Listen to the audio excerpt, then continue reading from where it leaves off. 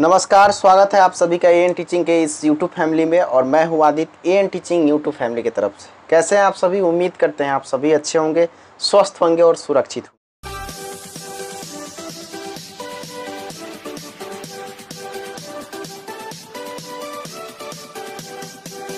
जैसा कि आप सभी को पता है, एसटीटी री एग्ज़ाम को टारगेट करते हुए हम अपने चैनल पर एक मुहिम चला रहे हैं।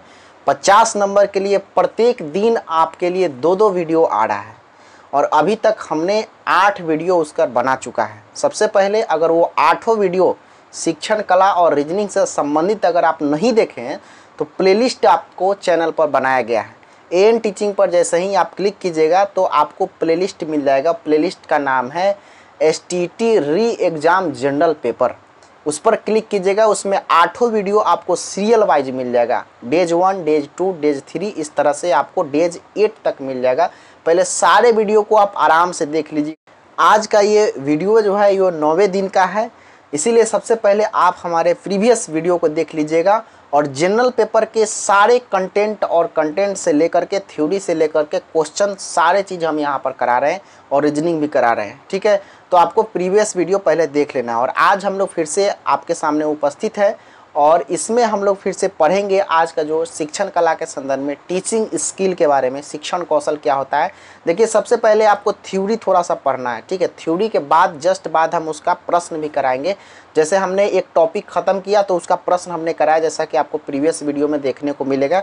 उसी तरह से फिर से हम ये टॉपिक करा देंगे, फिर इसका प्रश्न लेकर आएंगे। तो इससे आपको फ़ायदा ज़्यादा होगा, इससे आपको लाभ मिलेगा। सीधा सिर्फ क्वेश्चन करने से कुछ फ़ायदा नहीं है। ठीक है, शिक्षण कला एक ऐसा चीज़ होता है जो आपको समझना पड़ता है। अगर आप लोग का साथ बना रहा तो हम जो है सामाजिक विज्ञान के लिए भी चीज़ें स्टार्ट कर देंगे।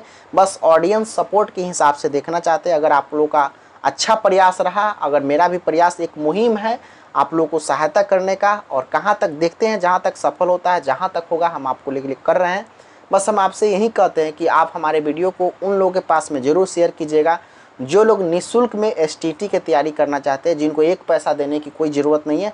बस वो हमारे चैनल पर आएँ और हमसे जुड़े और निश्चित रूप से घर बैठे आप तैयारी कर सकते हैं। तो चलिए वीडियो को शुरू करते हैं। तो जैसा कि आज का टॉपिक दिख रहा है, टॉपिक का नाम है शिक्षण कौशल। इसको हम लोग टीचिंग स्किल के भी नाम से जानते हैं, इसको हम लोग टीचिंग स्किल भी कह सकते हैं। शिक्षण कौशल क्या है, इसके बारे में सबसे पहले हम लोग समझने की कोशिश करेंगे। तो सबसे पहले हम लोग पॉइंट नंबर 1 क्या कहता है, सबसे पहले इसको देखने की कोशिश करते हैं। शिक्षण कौशल शिक्षक के उस व्यवहार का नाम है जिससे छात्र के व्यवहार में अपेक्षित बदलाव में लाने में उन्हें मदद मिलता है। देखिए, अब इसको रटना नहीं है, मतलब आपको सिर्फ ये समझ लेना है कि वह शिक्षण कौशल जो होता है एक शिक्षक के व्यवहार होता है। वो मतलब वैसा बिहेवियर, किसका बिहेवियर? शिक्षक का। मतलब शिक्षक का वैसा बिहेवियर जो बच्चों के व्यवहार में परिवर्तन लाने में सहायता करता है, उसे ही हम लोग टीचिंग स्किल कहते हैं, उसे ही हम लोग शिक्षण कौशल कहते हैं। अगर टीचर के पास शिक्षण कौशल नहीं होता तो बच्चों के व्यवहार में आसानी से परिवर्तन टीचर नहीं ला सकता था। अगर आपके पास में टीचिंग स्किल नहीं होता तो बच्चों के व्यवहार में कैसे चेंज लाना है, यह आपको पता नहीं होता। तो एक प्रकार से हम कह सकते हैं कि बच्चों के व्यवहार में परिवर्तन लाने के लिए जो स्किल काम में आता है ना, उसी स्किल को हम लोग टीचिंग स्किल के नाम से जानते हैं। ठीक है, दूसरा पॉइंट हमारा ये कहता है कि जहाँ शिक्षक अपने कौशल में निपुण होता है वहाँ छात्र उपलब्धि की बढ़ जाती है। अगर आपके पास में मान लीजिए कि आप कितना पढ़े लिखे हैं, आपके पास में क्या डिग्री है, आप क्या क्या कौन सा कोर्स किए हैं, उससे कोई मतलब नहीं है। बल्कि यहाँ पर यह बात कहा गया कि अगर आपके पास वह स्किल नहीं है तो आप बच्चों के अचीवमेंट को बढ़ा नहीं सकते हैं। मतलब आपने सपोज डेट मान लीजिए कि आपने ग्रेजुएशन किया है, बीएड किया है, एमएड किया है, पीएचडी किया है, नेट क्वालिफाई किया है, लेकिन आप बहुत कुछ, आपके पास में डिग्रियां बहुत है, लेकिन शायद आपके पास जो ज्ञान है उस ज्ञान को किसी दूसरे बच्चे में कैसे देना है, उसमें कैसे ट्रांसफ़र करना है, तब तो उसके व्यवहार में परिवर्तन आएगा। तो ये वे जो होता है ना, ये स्किल है एक प्रकार का यह स्किल है। वह स्किल अगर आपके पास नहीं है तो फिर आप टीचर, एक अच्छे टीचर नहीं है। और कहीं ना कहीं वह स्किल जब आपके पास रहेगा तब आप निश्चित रूप से जो बच्चे का अचीवमेंट है, बच्चों का जो उपलब्धि है, उस उपलब्धि को आप बढ़ा सकते हैं। तो एक तरह से आप ये कह सकते हैं कि जो टीचिंग स्किल होता है ये टीचर का बहुत ही अच्छा मित्र होता है जो कहीं ना कहीं उसके काम में सहायता करता है। ठीक है, इस बात को भी आपको ध्यान रखना है। चलिए, अब अगर टीचिंग स्किल की बात करें तो टीचिंग स्किल बहुत सारे होते हैं। अब एक एक टीचिंग स्किल की हम लोग बात करेंगे। देखिए, सबसे पहला जो हमारा टीचिंग स्किल है वो है हमारा प्रश्न पूछने का कौशल। ठीक है, क्वेश्चन आंसर स्किल। प्रश्न पूछने का कौशल कैसा होता है इसमें अब बात करेंगे। प्रश्न पूछने का कौशल में क्या क्या हमको पढ़ना है इस पर ध्यान देंगे। देखिए, नंबर 1 में क्या कहता है, पढ़ाते समय वर्ग में एक शिक्षक को कई बार किसी न किसी रूप में प्रश्न पूछना पड़ता है। यह बिल्कुल स्वाभाविक ढंग से होता है। अगर आप एक टीचर हैं तो आप कभी कभी बच्चों को जब पढ़ाते होंगे तो पढ़ाते पढ़ाते आप जो है बच्चों से प्रश्न जरूर करने लगते हैं। ये आपका कोई ऐसा नहीं कि वो जो है सोचा समझा प्रश्न होता है, वो स्वाभाविक रूप से आपके अंदर से निकल जाता है। अगर किसी भी चीज़ के बारे में पढ़ा रहे हैं, सपोज डेट अगर मान लीजिए कि आप सौरमंडल के बारे में गए पढ़ाने के लिए, तो सौरमंडल के बारे में जब पढ़ाने गए तो उसमें सन का चर्चा हुआ, सूर्य का चर्चा हुआ। तो सूर्य के बारे में बच्चों से पूछ लिया, अच्छा बताओ सूर्य क्या है, गैस का गोला है कि ठोस का गोला है कि द्रव का गोला है। बच्चा बोलेगा सर गैसीय गोला है। अच्छा, वेरी गुड। अच्छा, गैस का गोला है तो कौन कौन सा गैस में पाया जाता है? तो बच्चा बोलेगा सर हाइड्रोजन पाया जाता है, हीलियम पाया जाता है। तो ये जो प्रश्न होते हैं पढ़ाने के क्रम में, जो प्रश्न आपको प्रश्न जो निकलना होता है वो स्वाभाविक रूप से, नेचुरल रूप से टीचर से निकाल ही जाता है। तो इसके बारे में कह रहा है कि पढ़ाते समय वर्ग में एक शिक्षक को कई बार किसी न किसी रूप में प्रश्न पूछना पड़ता है। यह बिल्कुल स्वाभाविक ढंग से होता है, मतलब नेचुरली। यदि सोच समझकर प्रश्न पूछा जाए तो हमारा पढ़ाने का काम बहुत आसान हो सकता है प्रश्न पूछने से। और यहाँ पर अगर बात करें कि अगर हम लोग टीचिंग स्किल के अंतर्गत में प्रश्न पूछने का कौशल को अगर हमें विकसित करना है तो सबसे पहली बात आपको यह समझना है कि अगर हम बच्चों से सोच समझकर सवाल पूछे, ठीक है, मतलब उसके पीछे कोई ना कोई रीज़न हो कि हम ये क्वेश्चन पूछेंगे तो बच्चे कुछ ऐसा जवाब देंगे तो फिर हम उसको ये बताएंगे। जैसे मान लीजिए आप सौरमंडल पढ़ाने गए हैं, तो सौरमंडल जब पढ़ाने गए हैं तो सन के बारे में आप पूछ दिए, सूर्य के बारे में पूछ दिए, तो सूर्य के बारे में बच्चा बोलेगा कि सर यह प्रकाश देता है या यह गैसीय गोला है या इसमें कौन कौन सा गैस पाया जाता है। तो उसी में आप कहिए कि बताओ कौन कौन सा गैस पाया जाता है, उसको पता नहीं। तो आपको अगर एक उद्देश्य है कि हाँ भाई हमको जो है आज सूर्य के पूरे नेचर के बारे में पढ़ाना है कि कौन कौन सा उसमें गैस पाया जाता है, कितना % कौन पाया जाता है, तो बच्चों से सूर्य से संबंधित ही सवाल आप करना स्टार्ट करेंगे। तो ये क्या होगा, मतलब धीरे धीरे आप ये कर सकते हैं कि टॉपिक अगर आपको जो पढ़ाना है उससे संबंधित अगर बच्चों से हम प्रश्न करते हैं तो वह प्रश्न पूछना हमारा क्या हो जाएगा, सार्थक होता है। ठीक है, इसीलिए प्रश्न पूछने का एक तौर तरीका है, एक अंदाज है कि आपको कैसे पूछना है, वही तो है प्रश्न कौशल स्किल, प्रश्न पूछने का कौशल। ठीक है, कैसे देखिएगा, अब यहाँ पर आते हैं पाठ आगे बढ़ता है। यदि सोच समझकर हम प्रश्न पूछा जाए तो हमारा पढ़ाने का काम बहुत आसान हो जाएगा। अगर हम सोच समझ के बच्चों से प्रश्न पूछते हैं तो हमारा पढ़ाने का काम जो है बहुत आसान हो सकता है। कैसे? प्रश्न पूछने से हमारा पाठ आगे बढ़ता है, बिल्कुल आगे बढ़ता है। क्यों? क्योंकि अगर आप किसी भी पाठ के बारे में बच्चों को पढ़ा देते हैं तो आप क्या करते हैं, उससे संबंधित प्रश्न को पूछते हैं, है ना, और बच्चे उसका क्या करते हैं, जवाब देते हैं, आंसर देते हैं। तो आपको यह समझ में आता है कि हाँ बच्चे अब यहाँ तक समझ गए हैं, फिर पाठ को आगे हम लोग बढ़ाते हैं। तो सबसे पहला फ़ायदा तो ये हुआ, हमको सबसे पहला लाभ तो ये हुआ। चलिए, दूसरा क्या होता है कि बच्चे चिंतनशील हो जाते, चिंतनशील बनते, मतलब बच्चे ना एक तरह से आप कह सकते हैं कि वो कहीं ना कहीं थिंकिंग करने लगते हैं। प्रश्न पूछने का मतलब है सोचने लगते हैं बच्चे। अगर मान लीजिए आप जो है ना, जैसे कुछ ही दिन पहले हम आपको बाल केंद्रित शिक्षा के बारे में पढ़ाए हैं, ठीक है, तो हम आपसे डायरेक्ट जो है सडनली रैंडमली आपसे कहें कि बताओ बाल केंद्रित शिक्षा त्रिध्रुवीय है या द्विध्रुवीय। ठीक है, किसी बच्चा को हम खड़ा कर दिए अपने क्लास में और ये प्रश्न पूछ दिए, तो उस समय जब हम बच्चों से प्रश्न पूछे तो उसका दिमाग क्या करेगा, चिंतन करेगा कि अरे द्विध्रुवीय था कि तीन ध्रुवीय था, ऐसा वो सोचेगा। तो इसका मतलब क्या हुआ, वह चिंतनशील बन रहा है, तब उसके दिमाग में चलेगा द्विध्रुवीय, तीन ध्रुवीय, द्विध्रुवीय या तीन ध्रुवीय। तो फिर उसके दिमाग में आएगा कि अच्छा जॉन डीवी ने त्रिध्रुवीय इसको कहा था बाल केंद्रित को, तब वो बोलेगा सर त्रिध्रुवीय है। तो ऐसा क्यों हुआ, तो जब हम प्रश्न किए हैं तो बच्चे उसको क्या किए, चिंतन किए, उस पर थिंकिंग किए है, और तब वह लास्ट में निष्कर्ष पर आकर बोले कि सर त्रिध्रुवीय सही आंसर होगा। अगर सपोज डेट मान लीजिए कि आप एक ऐसे टीचर है कि क्लास में आते हैं और सीधा पढ़ाते हैं फिर निकल जाते हैं, तो आपके क्लास के बच्चे जो हैं वो चिंतनशील हो पाएंगे क्या? उनको पता है कि सर हमसे प्रश्न पूछते ही नहीं है, तो फिर ज़्यादा दिमाग क्यों लगाना। तो अगर आपको प्रश्न पूछने की आदत है क्लास में, तो आपके क्लास को बच्चे ध्यान से देखते भी है, सुनते भी हैं, क्योंकि उसको पता है कि सर प्रश्न भी पूछ देते हैं।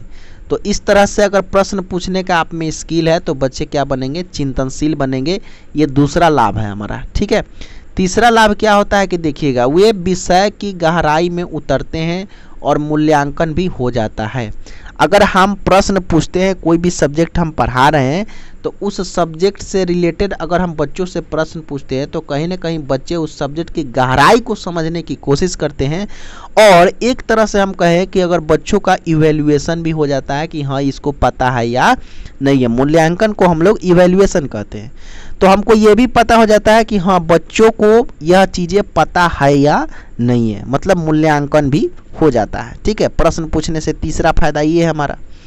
नेक्स्ट हमको लाभ क्या मिलता है, देखिएगा, ध्यान देना है यहाँ पर कुछ चीज़ें कि तेज बच्चे और उसके बाद में चिन्हित बच्चे और पीछे बैठने वाले बच्चे, ये जो है टीचर का एक कमी है। अब यहाँ पर ये चीज़ें बताया गया है, इस चीज़ को समझिए क्या कहलाता है।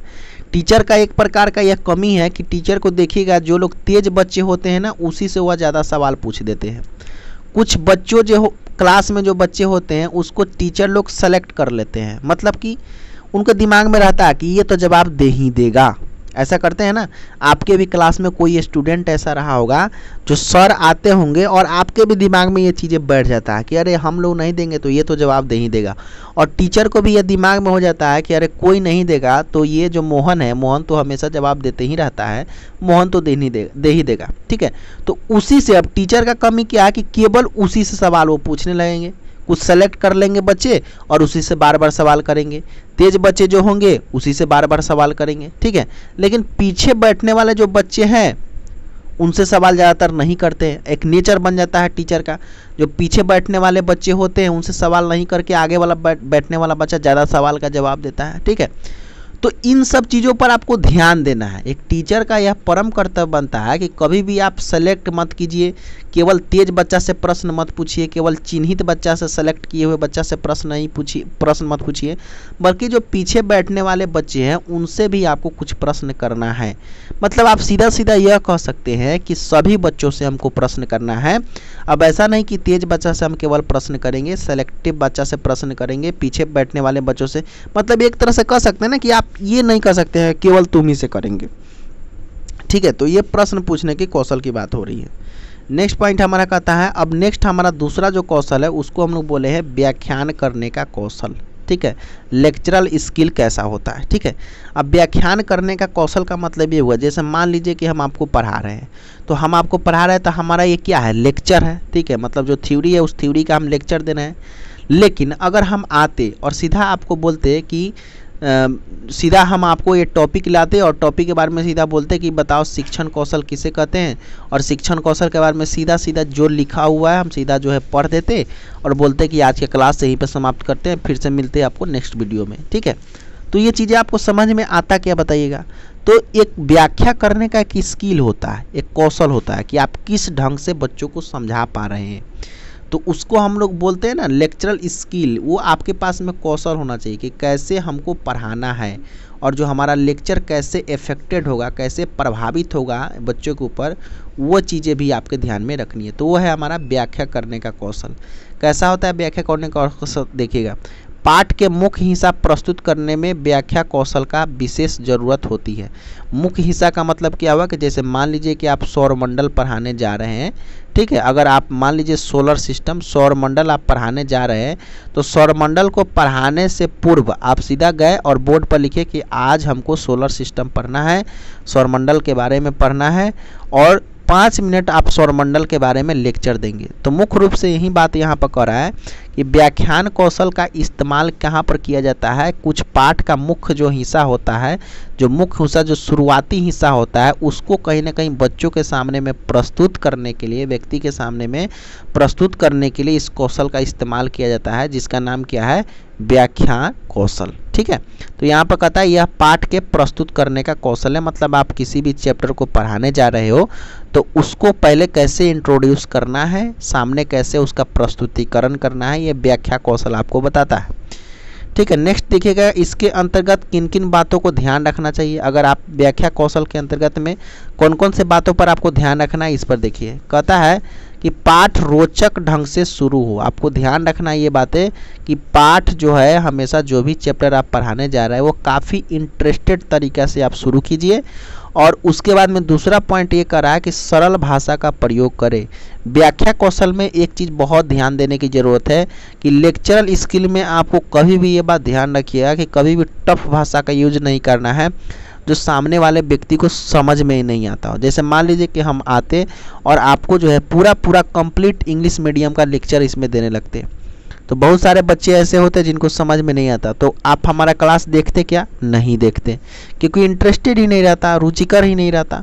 तो एक व्याख्या कौशल का एक सबसे बड़ा प्लस पॉइंट है, इसमें कहता है कि आपको जब भी पाठ को पढ़ाना है, इंट्रोड्यूस करना है, तो आप कुछ अलग करके दिखाइए, आप कुछ रोचकता से करके दिखाइए, कुछ रोचक ढंग से करके दिखाइए, सरल भाषा का प्रयोग करें, नॉर्मल भाषा का प्रयोग करें, तभी आपके लेक्चर को लोग समझ पाएंगे, बच्चे आपके समझ पाएंगे। ठीक है, तो इन सब बातों का ध्यान रखना पड़ता है व्याख्या करने के कौशल में। ठीक है, सपोज डेट हम आपको बता रहे हैं व्याख्या कौशल में एक और बात, अगर मान लीजिए कि इकोनॉमिक्स में आपको गरीबी पढ़ाना है, गरीबी चैप्टर आपको पढ़ाना है, तो गरीबी पढ़ाना है, बोर्ड पर सीधा जाएंगे और बोलेंगे कि बेटा आज हम लोग गरीबी के बारे में पढ़ेंगे, क्या होता है गरीबी। लेकिन वहीं आप क्लास में गए और उसके बाद में गरीबी को अपने बोर्ड पर लिखा और सीधा पहले सवाल करना बच्चों से चालू कर दिए कि बेटा तुम क्या क्या आज खाना खा कर आए होते। एक बच्चा बोलेगा सर चावल दाल सब्जी भुजिया खा कर आए। अच्छा वेरी गुड। किस चीज़ से आया? तो बच्चा बोलेगा सर बस से आए हैं। अच्छा बस से आए हो, वेरी गुड। अच्छा बस से आए हो बेटा, तो बस में क्या क्या देखो? तो सर बस पर आ रहे थे तो मोटरसाइकिल देखे हैं, साइकिल देखे हैं, बस देखे हैं, उसके बाद में ट्रक देखे हैं, उसके बाद में घर देखे। अच्छा घर भी देखा है, वेरी गुड।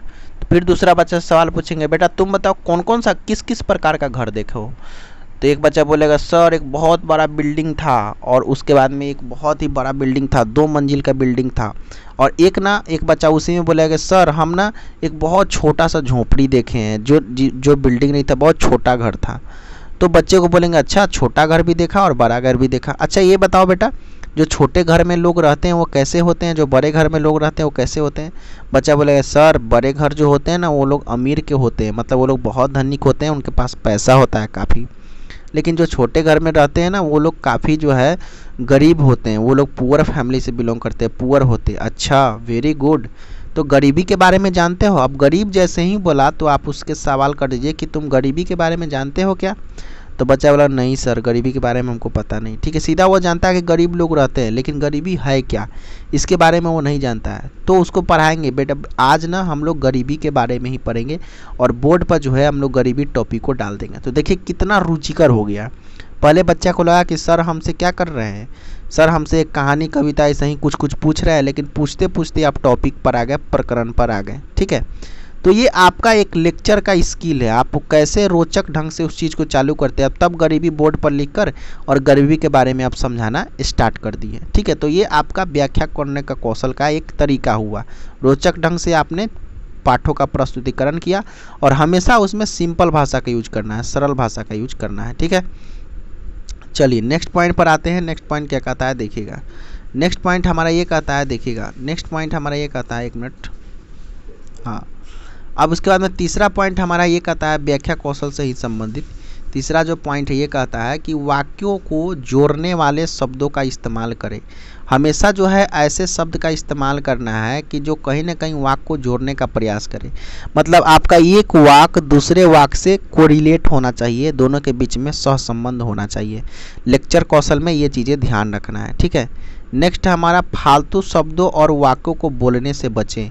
जब भी आप लेक्चर दे रहे होते हैं तो उस समय आपको ध्यान रखना है कि फालतू शब्द और वाक्य से, फालतू वाक्य से आप बोलने से बचें। ऐसा कोई शब्द या ऐसा कोई भी वाक्य ना बोले जिसमें कोई उसका मतलब ही नहीं हो। अगर वह आप बोलेंगे तो समझिए कि आपका जो लेक्चर है वह निरर्थक हो जाएगा, काफ़ी निष्क्रिय हो जाएगा, सुनना नहीं चाहेंगे लोग। ठीक है, तो ये चीज़ें भी आपको ध्यान रखनी है। मूलतः ये चीज़ें बताया गया कि व्याख्या कौशल में किन किन चीज़ों पर हमको ध्यान रखना होता है। तीसरा पॉइंट कहता है कि ऐसा उदाहरण दे जो परिवेश से जुड़ा हुआ है, मतलब बच्चों के साथ में कुछ ऐसा उदाहरण का प्रस्तुतिकरण करे जो उसके अगल बगल में देखने को मिलता है। ठीक है, वो अगल बगल में देखने को मिलता है।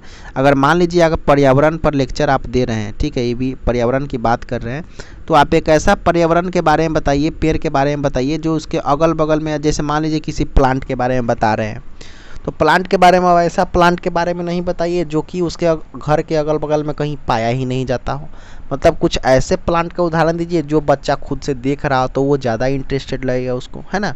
तो यही बात कहा गया कि ऐसा उदाहरण दे जो परिवेश से जुड़ा हुआ, जो उसके आस पड़ोस में हो। ठीक है, उसके बाद में कहता है पाठ का गति सामान्य हो। अब जब भी लेक्चर आपको देना है तो ये भी आपको ध्यान रखना है कि आपका स्पीड जो है वह स्पीड एक समझिए कि सामान्य लेवल में होना चाहिए। अब ऐसा नहीं कि किसी चीज़ को पढ़ाने के लिए एकदम से ज़्यादा स्पीड में पढ़ाने लगे और एकदम से कम स्पीड में पढ़ाने लगे, तो दोनों तौर तरीका गलत है। अगर आप ज़्यादा स्पीड में पढ़ाएंगे तो बच्चे को समझ में नहीं आएगा, अगर आप कम स्पीड में पढ़ाएंगे तो बच्चे क्या हो जाएंगे, नीरस हो जाएंगे, उस सक्रियता उनमें नहीं आ पाएगी।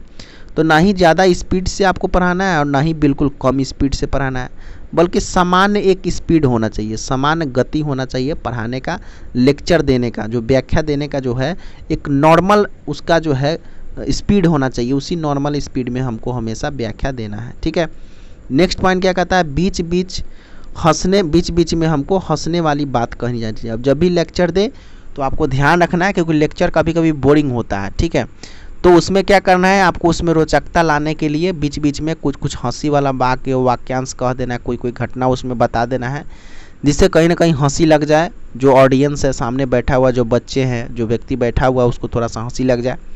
तो ये है लेक्चर ये भी बातें आपको ध्यान रखना है। ठीक है, नेक्स्ट का चाहे कि शिक्षण अधिगम सामग्री का उपयोग करें। शिक्षण अधिगम सामग्री, शिक्षण सहायक सामग्री के बारे में भी हमने बताया, TLM जिसको कहते हैं, टीचिंग लर्निंग मटेरियल। ठीक है, टीचिंग लर्निंग मटेरियल का भी आप लेक्चर में यूज करें। जैसे मान लीजिए कि आप लेक्चर दे रहे हैं, अक्षांश और देशांतर रेखाएं के बारे में आप भूगोल में पढ़ा रहे हैं, तो उसमें आप ग्लोब का इस्तेमाल कीजिएगा, तो ग्लोब आपके लिए क्या बन जाएगा, टीचिंग लर्निंग मटेरियल बन जाएगा। वहीं तो है TLM, शिक्षण अधिगम सामग्री, मतलब सीखने का जो सामग्री है वही TLM कहलाता है। तो अगर मान लीजिए कि आप अक्षांश और देशांतर पर एक लेक्चर का प्रस्तुतिकरण कर रहे हैं, तो आप सीधा जो है बोलकर अक्षांश और देशांतर को समझाएंगे उसमें, और एक जो है ग्लोब लेकर गए हैं और तब जो है अक्षांश और देशांतर को आप उस ग्लोब के साथ में समझा रहे हैं, उसमें दोनों में बहुत अंतर हो जाएगा। ठीक है, तो आपको लेक्चर के समय में शिक्षण अधिगम सामग्री का भी उपयोग करना है। जैसे मानचित्र हो गया, आपको ग्लोब हो गया, ये सब क्या है, शिक्षण सहायक सामग्री है, शिक्षण अधिगम सामग्री है ना।